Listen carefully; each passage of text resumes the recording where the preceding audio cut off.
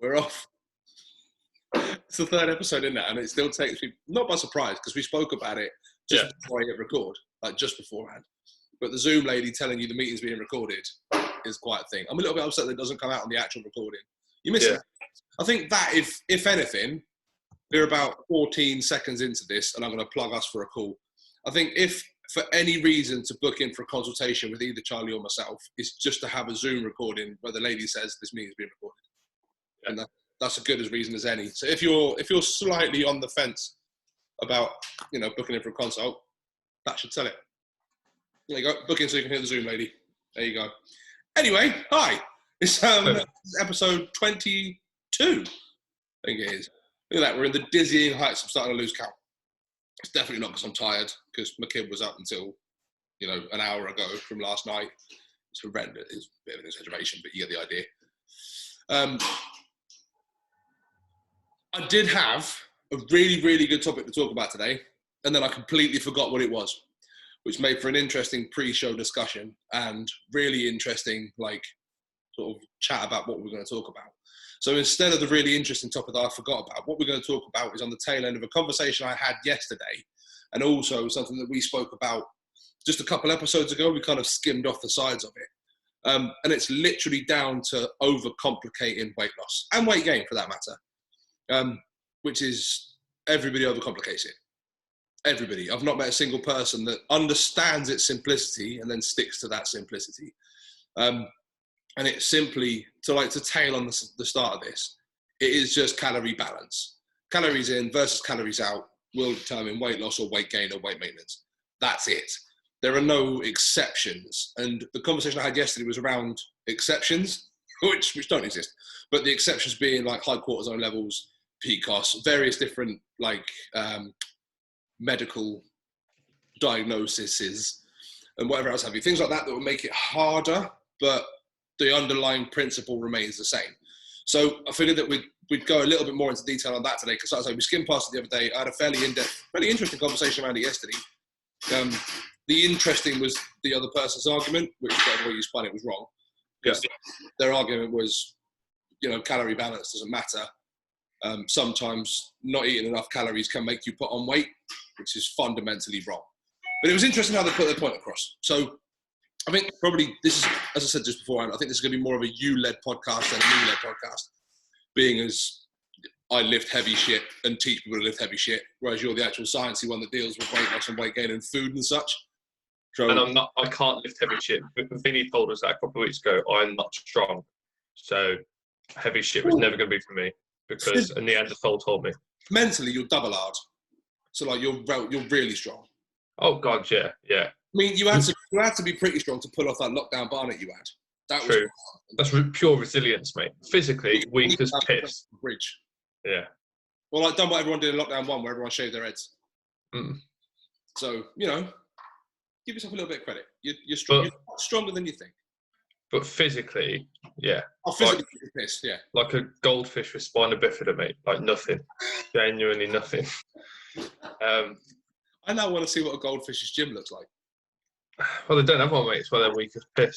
That's a real shame, isn't it? Like Magikarp. Imagine how big they'd be. Fucking massive. They'd be so. Sorry, there was a fly on my webcam. Gone back to 90s on my camera. I'm just googling Nemo on roids now to see what. Nemo on roids. Get it up, Nemo. Well, our pictures as well. Brilliant. There was I want to say Joe Rogan, because it's always Joe Rogan, but there was a Joe Rogan podcast I listened to. I can't remember who his guest was, but they were talking about strength training, and it was quite interesting. And then somehow they got on the topic of silverback gorillas, which are allegedly the strongest animal in the world, basically. However, they've got no access to strength training equipment or ideals or supplements or anything like that. And the conversation went down a really dark hole of, can you imagine if you could harness a gorilla and make it train? Imagine it. It would be fucking horrific. Yeah, I've seen Planet of the Apes, mate, so I don't need that. I know what happens. But Caesar was armed. Just imagine a fucking hench gorilla. I mean, they're pretty hench anyway. Imagine a gorilla got hold of Tren. I love how you didn't go for like a gorilla got hold of periodization or proper technique. Straight on trend. Straight on trend. Just That sums up the strength industry. You epitomise strength industry. I mean, the only reason I went for trend is because the gorilla's probably going to be stronger than me and is therefore on steroids. That's the only plausible explanation for it. If you saw him on Instagram, you're allowed to come in and say, yes, steroids. Trend, cheated, 100%. Because I'm clean, I don't take gear. And therefore, anyone stronger than me is on gear. Yeah, 100%. That makes sense. Yeah. So back to the topic of the podcast, which wasn't gorillas on roids, as far as I remember. Calorie deficits. Interesting, the arguments, particularly the PCOS one, because I have someone from your gym that is losing weight that had PCOS, therefore showing that you can do it. I've had quite a few athletes. I've got a couple of my books at the minute. I've had like international women's rugby athletes with PCOS that have lost weight. It is definitely feasible, and they all did it with a calorie deficit, with no other magic. Cortisol, there's no real reason why high cortisol would affect fat loss anyway. Weight loss, it would. So high cortisol, like in like Cushing's disease and things like that, leads to a lot of water retention. So if you had high cortisol, in theory, you could retain more water, which would show up on the scales and would mask fat loss. The other thing is that high cortisol generally comes from psychological stress. That affects different appetite hormones. That affects our psychological drive to eat. So chances are you just won't be in a calorie deficit because you're stressed out your mind and eating a shit ton of food. Energy balance doesn't change things. With PCOS, it can change the energy expenditure, which I think we spoke about last week, didn't we? Yeah. Last week we didn't really sort of delve into it so much. So it reduces your basal metabolic rate, which is the amount of calories that you need to just to survive, and therefore your energy expenditure is lower. And you still need a calorie deficit. That calorie deficit's just got to be smaller. Well, it's got to be a smaller energy intake to create that deficit. And when you combine that with PCOS generally causing an increased drive to eat, increased hunger, less fullness, between the two of them, that makes it really difficult because you need a bigger deficit. Your body's telling you to actually not be in a deficit because you're fucking hungry. That's why people with PCOS on the whole struggle a little bit. But yeah, there are no conditions really where a calorie deficit would not lead to a loss of body fat. The point that you made about not eating enough calories causing, in fact, a gain in body mass is shite. However, if someone doesn't eat many calories, that will generally lead to a lack of adherence to their diet in the long run. So if you ate fuck all for a week, then chances are you're going to go and eat 15,000 calories of cake and go, just didn't eat enough in the end. So people forget that if you don't eat many calories, how does that affect both ends of the energy balance thing? So if you eat less calories, one, your body's pushing you to go and eat more calories. So in the end, you probably will eat more calories at some point if you went really low calorie. So there's a hormone called leptin, which is released by our fat cells, and it tells our brain, A, how much energy we've had in the short term, and B, how much body fat we've got. And if you don't give it much energy in the short term, it'll tell your brain you haven't had much energy in the short term, and therefore will drive you to eat. So if you go really low calorie, then obviously your brain's like, fuck, we're starving, and will drive you to eat. And that's what hunger is on like a wider scale. The other thing is that you move less because you're not eating anything.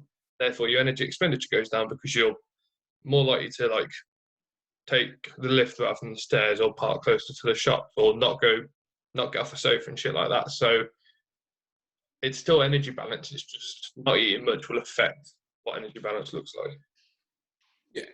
So on that, I read quite an interesting journal. Didn't read the whole journal. That'd be ridiculous. I read quite an interesting study the other week on that, and it was as part of a bit of research I did on the strength versus size talk I did. Mm-hmm. And it's just basically around trying to change physiologically. So in this case, we're trying to get smaller, lose body fat, or in the other cases, try and get bigger by gaining some muscle mass. It's actually really fucking hard to do. Like I say, your body wants to kind of stay within a point. Your body wants to basically stay within homeostasis. It's just stay as is. So you mentioned your BMR, so your base metabolic rate is just where your body wants to be. How many calories you need to be you. That's it. And that's without going anywhere else. So getting under that is fairly simple. It's not fun. Like, I'm not saying it's easy to do, but it's simple in its principles. Is probably the best way of putting it, if that makes sense. I think people that just go like, it's easy, just cut your calories down. Like, definitely simple. Simple and easy aren't the same. Yeah, no, absolutely not. It's incredibly simple to do, but it's difficult to adhere to. I think is probably the sort of summary with that one. And the same as the sort of the flip side. If we go onto the other side of this, you've got people from my gym that are trying to put size on. They're trying to build muscle and get heavier and get stronger and all that sort of stuff. That happens a lot harder or a lot slower than weight loss, by and large. So like weight, if you're trying to lose weight, typically it's fat loss or like muscle atrophy, which can happen quite quickly. Yeah. If you're trying to put muscle mass on, it's really fucking difficult. Really difficult. And you're probably not going to do that in like a lean bulk, as people like to call it. You're just going to throw size on and hope for the best. It's kind of that. You're just mushing down calories in a massive surplus within reason. Yeah. Then kind of get bigger, put the size on, get stronger, try and fill out your muscles. And then if your goal is to then lean down again, great. But my point is, if you're trying to put size on, understand that all the size you're putting on probably isn't going to be all lean. You're definitely putting some body fat on, 100%. Whereas the other way around, you can control to a point how much body mass you lose when you're trying to lose weight. You can focus a lot more on burning fat than muscle than you can of trying to build muscle than fat. Does that make sense? Yeah. So that was kind of the other side of the argument that we had, the discussion we had yesterday was, one, the underlying principles are the same and it is incredibly simple. But I think that was misconstrued as me saying, it's easy, let's get on with it. But I think then it lies into priorities, because the kind of the comeback they had was like, if it's that simple, like, why haven't you got an 8-pack? Well, my priority isn't get an 8-pack. My priority isn't really lose weight. It's down to a medical thing now. I'm staring down the barrel of a spinal operation. I could probably do with stripping a bit of timber to take the pressure off that. So that's it now. That's personally. But my priority's never been get an 8-pack and look fucking great on a beach. Like, I don't care what I look like on the beach. I haven't got to look at me. So it's not my priority. No. So it comes down to that. And then there's an element of psychology in the back of it. So this is one of those, this is like a chain conversation we can keep building onto.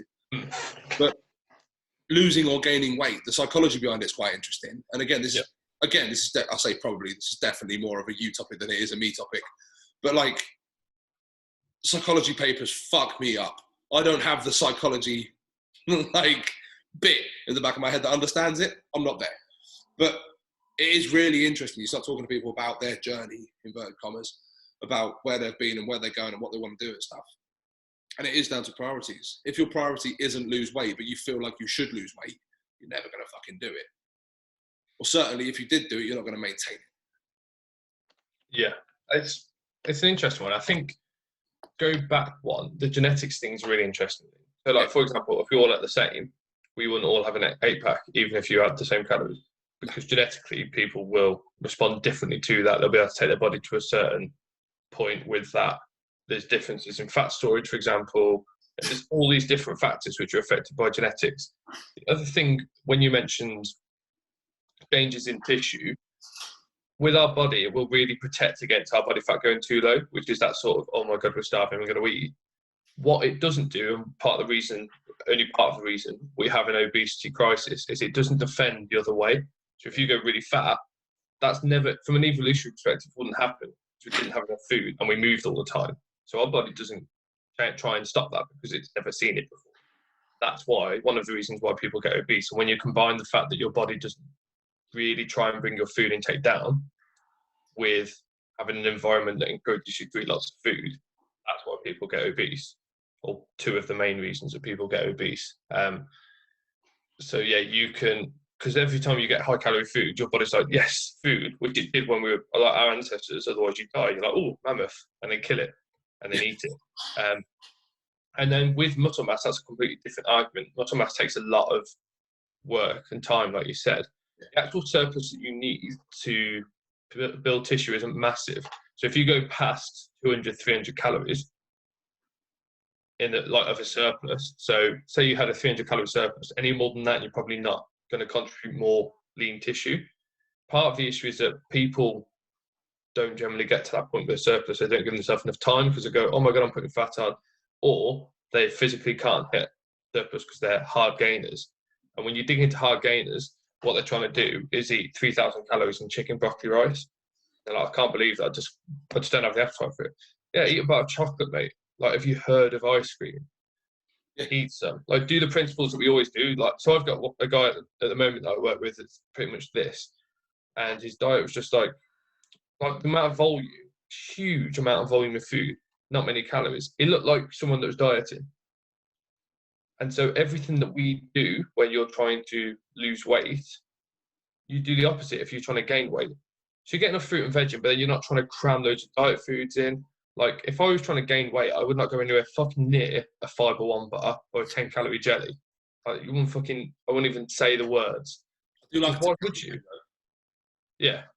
I know you love them. That's why I always bring them up, so I can slag them off more. Vile. I think they're great. But you have like 30 of them. Yeah. And then, like, you've got other issues then, because you're eating like really bad, at least 30 jellies. You're eating at least 15 of them on the toilet, mate. Because once you get to that level of artificial sweetener, you're like, yeah, fuck, this is not good. But like, people do that, and they're trying to like, oh, I'm trying to gain weight but healthily. Well, being healthy would be having a chocolate bar. You've ticked off protein, you've ticked off fruit and veg, you've got a variety of foods in. Now just eat some calories. And that's something that I really had to work hard with some athletes who, like, borderline orthorexia, everything's got to be clean food. But instead, you should just eat some food. And I can't remember what else we got onto then. Oh, we were going to talk about the psychology, weren't we? Sorry, there's a whole lot of crashing and banging in the background. There's someone trying to get the log out, which is hidden in the back corner of the gym. And to get that, he's moved a yoke, an assault bike, a sandbag, and a rowing machine, which have no business being in the gym, to be fair, to get a log out. He's done well. So yeah, all the crashing and banging in the background was just the log was hidden. That's going to sound like a euphemism for he's having a shit. It was, yeah, the log was hidden. You had to move everything so he can have a shit. He had a sandbag up there, rowing machine. It was horrendous. I don't know what he ate for dinner, but he's got his log out and he's got a big smile on his face, so it's all good. Put a log in the corner, he's happy now. Only thing is, when we finish the call, I'll fucking clean that up. Your gym, mate. Oh, my gym, I know. Anyway, the psychology. Let's go back to that. Yes. Psychology of logging. Pretty sure that's just like a Scandinavian pastime, isn't it? Logging. Might be, yeah. It's, yeah, I think that's how IKEA get all their furniture. It's got the sort of the roaming loggers just go and cut down trees. We're very well off target here. Let's get back. Yeah, we are. So, yeah, basically, again, it comes down to, and more often than not, do your values align with the stuff that you're trying to do? So, again, your example of trying to get an 8-pack, waste of time. My example, like for me at the moment, and there are times where, like, I'll try and drop a bit of body fat because it's probably in my interest to do so. That's either because I want to look a certain way, or sometimes really don't focus on my energy intake at all. I'll eat enough nutrients, but don't care about the energy intake. And then my body fat will get to a point where it's like, actually, I don't feel good day to day, or I don't train that well. I'm going to drop it back a little bit because I've been focusing on work so much that food has been the last thing on my mind. I'll get enough protein, enough fruit and veg, and everything else out the window. Or I've been socialising a lot, and I like a beer or 50 and a pizza. So there will be times for pizza, but you had to go at me for 30 10-cal jellies. Which one would you rather pick then? Beer and pizza, 100%. Thank you. Yeah. Mate, honestly, when we come to the pub in September, you can do yours and I'll do mine. And we'll see who's happiest. I'm so looking forward to this.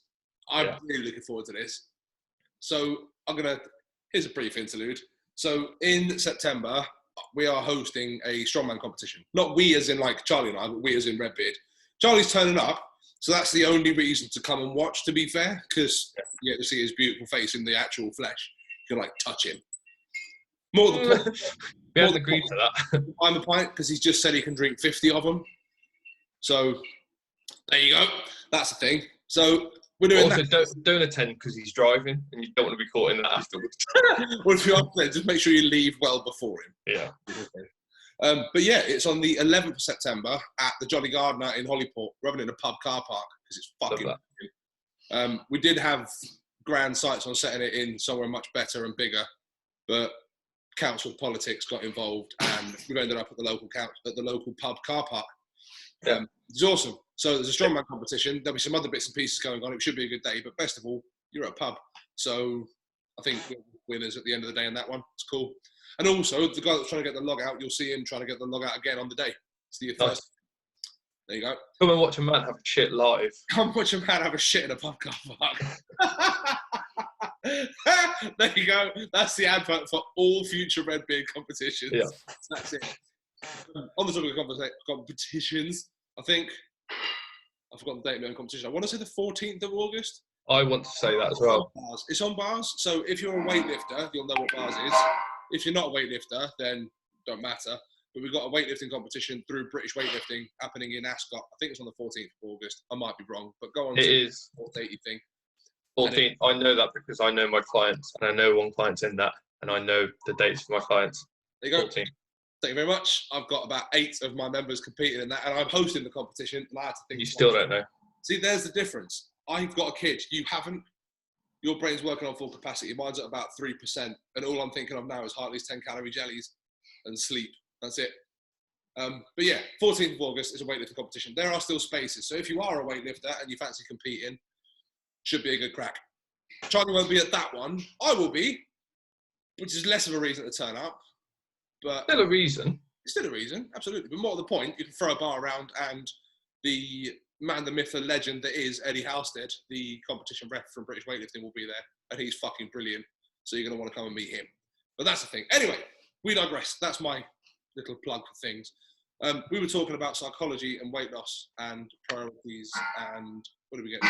We got to something else, didn't we? That was it, yeah. So if you try and change something that you don't prioritise, then it doesn't end well.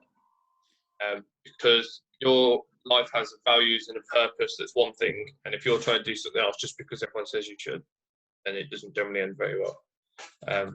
So like I've got one guy at the moment who, like, his main change this week was to go and find 3 hobbies that he used to enjoy and do them.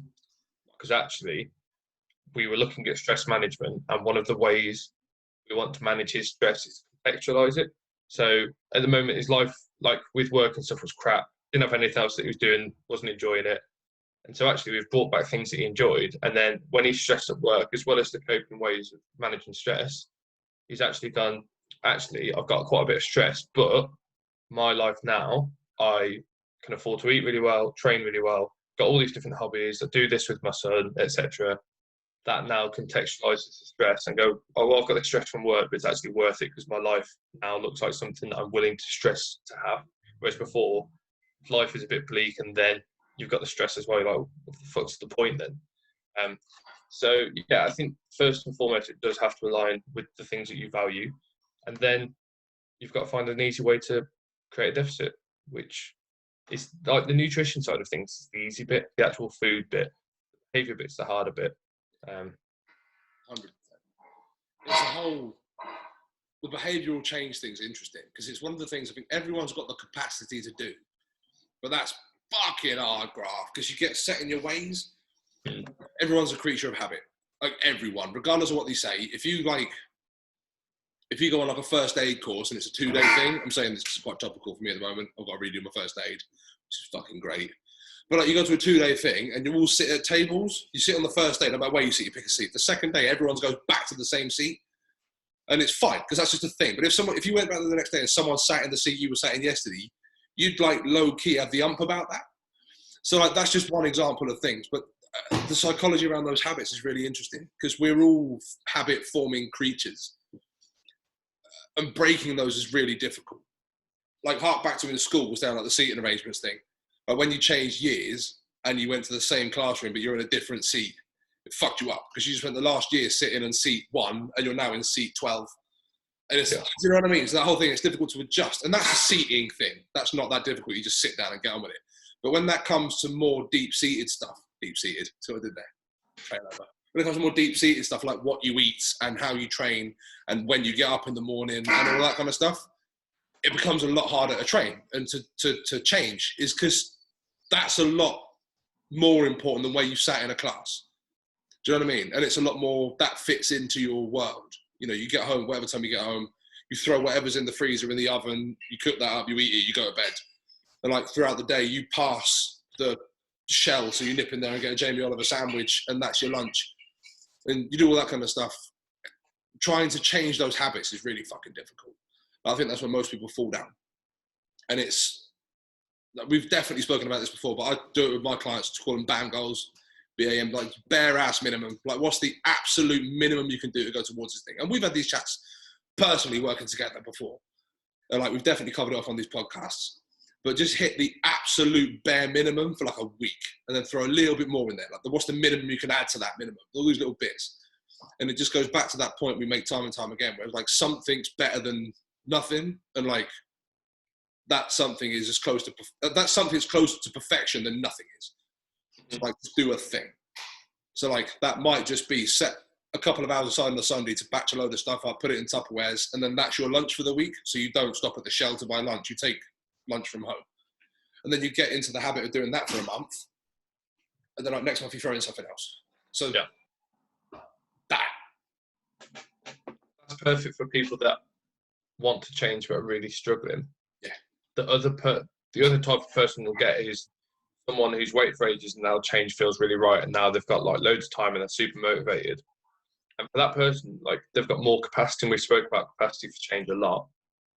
You can throw more on then. Like, if you've got more space for change, throw more on, but understand that every week won't feel like that. So at the start, when we're all super motivated, do more, like, do better if you want, but you need those basics to go back to if it goes to shit. Yeah. So like, week 1 and 2, you're super motivated, loads of time, I'm off work. Suddenly, week 3, don't sleep, back at work, feel a bit shit. You're not going to be able to do what you were doing in week 1 and 2, which is fine, but you have to have something to fall back on. It can't be like 2 weeks of perfection and then 1 week of shit. It's got to be 2 weeks of perfection and 1 week of, bare minimum. That's fine. So at some point, you've got to have what is the minimum I can do, and then and week by week, it can look different. To some people, it might be 3 weeks of the bare minimum, or 3 weeks of even maintenance, and then 1 week of really good, where in that 1 week of good, you actually make 2 weeks worth of progress. But because you've had 3 weeks of maintenance, not 3 weeks of fuck it, those 2 weeks of progress really matter. Whereas before, you'd still be a week behind. It wouldn't matter. Yeah, I agree. 100%. Nice. Cool, man. I think that about tells us in. We're just about 5 minutes, half hour, and I think if we touch on anything else, then we'll both overrun for our next thing, which is no good for anybody. Also, you've spoken for like half an hour. That's probably enough of us for anyone for a week. We'll end up on horses and ducks again. Back of dressage. Yeah. And other such things. Could be anything. We can get that. No one is safe. I might on the day just have like, I might just pitch you in the competition between events and just have you as like some sort of compare. And we could just have people throw random questions at you. We could do the It Depends game live. Yeah, okay. That could definitely be a thing. And we're at the pub, so drinks. And then you've got your 50 pints as well as like whatever people are going to get us to drink. As well? Yeah, fuck it. Why not? Because you've got 50 pints, but then spirits don't count because they're very small.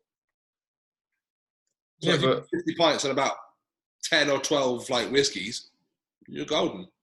That's great at the start, but my only question is who carries on the fine work I've done when I die there and then? You'll be fine. Oh, okay. That's all right. You'll be fine. That's what your livers are for, isn't it? Livers are for, like you've got more than one liver.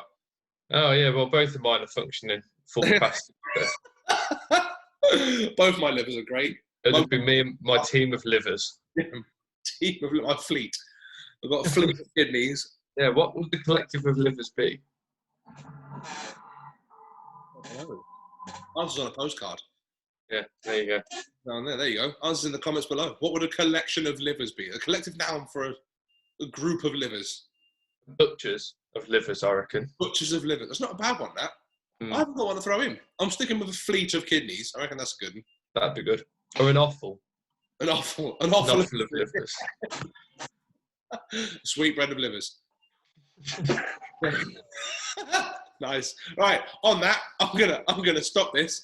So briefly, we're gonna just talk about our shit and what we do, and we're gonna sell things to you. So switch off now if you're not interested. I do stuff that involves teaching people to pick up heavy stuff, and that's for Olympic lifting, powerlifting, and strongman. I'm quite good at that. I'm shit at everything else. So if you want to get better at that, I'm your man. Charlie is the one over here. He does nutrition stuff, and he's very good at nutrition stuff. He's also pretty good at psychology stuff. So if you are trying to lose weight or trying to put on weight or trying to just optimize your food and nutrition for sport, he's your man.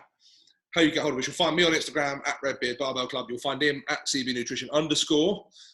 You'll also find us live on the 11th of September at the Jolly Gardener in Holyport, where there is a strongman competition going on. But more importantly, Charlie will be drinking 50 pints with his fleet of kidneys and his off-olive liver. There you go. There you go. Smashed it. Nice. That was a really good summary. I'm going to leave it there. Cheers, dude. I will see you next time.